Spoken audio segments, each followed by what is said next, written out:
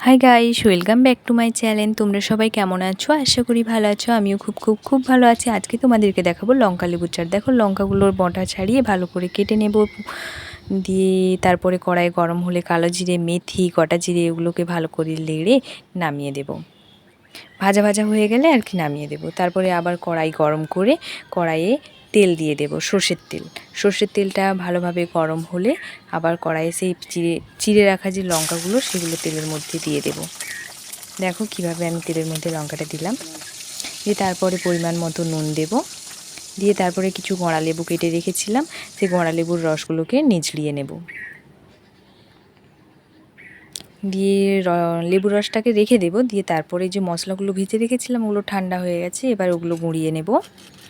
ওগুলো গুঁড়ানো হয়ে গেলে দিয়ে তারপরে দেখব লঙ্কাটা কতটা বাকি।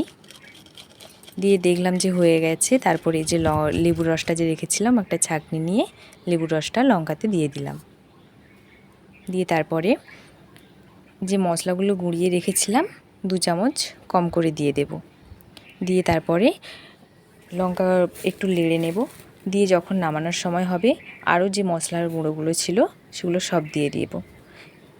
দিয়ে তারপরে এই দেখো হয়ে গেল আমার লঙ্কা লেবুর চাট। এগুলো মুড়ির সঙ্গে চাট করে খেতে খুব টেস্টি লাগে, আর এই লঙ্কাগুলোর টেস্ট হয় খুব সুন্দর। অবশ্যই তোমরা বানিয়ে খেও, খুব সুন্দর লাগবে। তবে এটা আমার শাশুড়ি মাই বানিয়েছে, আমি ছিলাম ক্যামেরাম্যান। যদি ভালো লাগে অবশ্যই লাইক করবেন।